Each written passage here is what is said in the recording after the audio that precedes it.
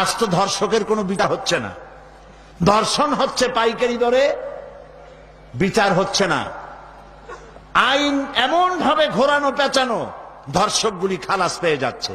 আবার নতুন কিছু ধর্ষক তৈরি হয়েছে, ধর্ষণ করে মেয়েটাকে হত্যা করে।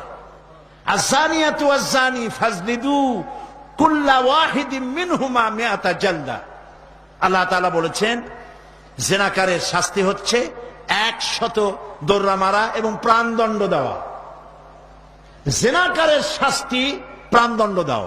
জিনা করেছে প্রমাণিত হয়েছে, অবিবাহিতা যদি হয় দোররা মারো, আর যদি বিবাহিতা হয় পাথর মারিয়া উড়ায় দাও।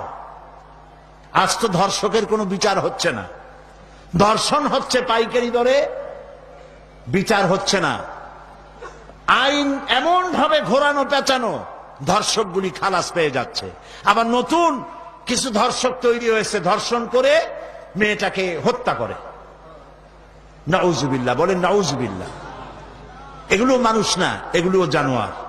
মনে রেখো, তুমি যার মেয়ে, কারো মেয়ে অথবা কারো বোন অথবা কারো বউকে যদি এইভাবে বেইজ্জত করে থাকো, তোমার বউ, তোমার বোন, তোমার মেয়ে অক্ষত থাকবে না। এই ধরনের তাদের উপরও ধর্ষণ হবে। বলেন নাউজুবিল্লাহ, বলেন নাউজুবিল্লাহ। অশ্লীলতার প্রচার প্রসার যত বেশি হবে, জেনা ব্যভিচার তত বেশি হবে, ঠিক কিনা?